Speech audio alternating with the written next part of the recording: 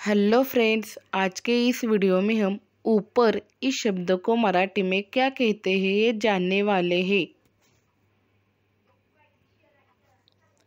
ऊपर इस शब्द को मराठी में वर कहते हैं। ऊपर यानी वर।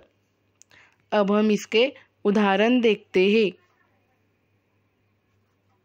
ऊपर देखो, देखिए, इसका मराठी अनुवाद है वर बघ, बघा।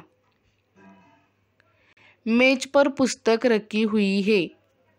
इसका मराठी अनुवाद है टेबलावर पुस्तक ठेवले आहे। अब आप ऐसे ही किसी भी शब्द का मराठी अनुवाद जानना चाहते हैं तो आप उस शब्द को यूट्यूब चैनल पर सर्च करें और ऐसे ही वीडियो देखने के लिए हमारे study to win education channel को ज़रूर सब्सक्राइब करें और बेल आइकॉन प्रेस करें।